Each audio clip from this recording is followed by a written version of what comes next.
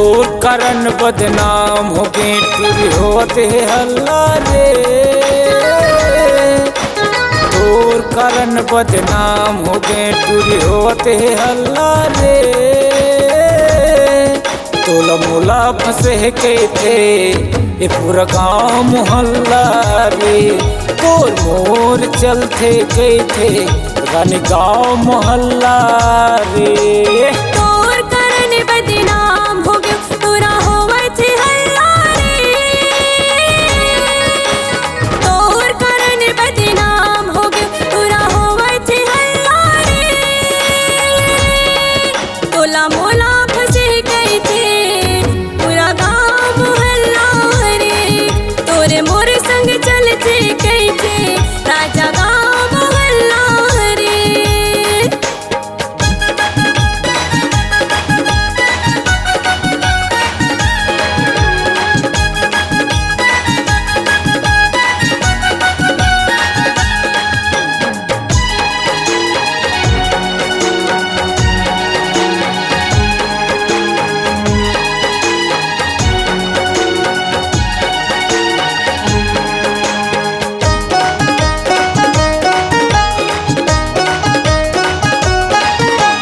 तोरे माया के चुंबक ए मोला तोरे चकोती खींचे।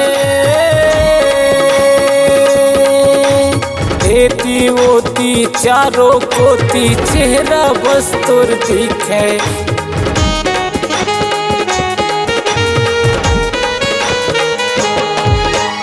तोरे माया के चुंबक ए मोला तोरे चकोती खींचे।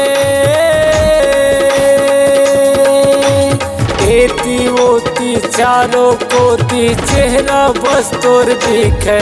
तय मांगे तोला देहिम ये दूर चांदी के छल्ला रे। तय मांगे तोला देहिम ये रानी चांदी के छल्ला रे। तोला मोला फंसे गए थे ये पूरा गाँव मोहल्ला रे। तोर मोर चलते गए थे रानी गाँव मोहल्ला रे।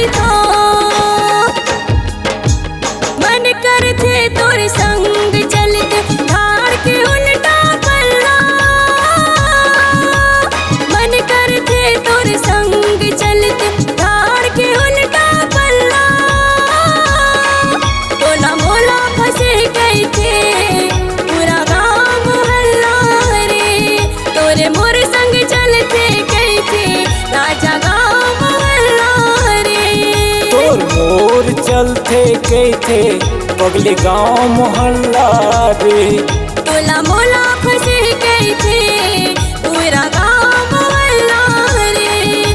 तोला मोला फंसे गए थे ये वही गाँव मोहल्ला रे। तोरे मोर संग चलते गए थे राजा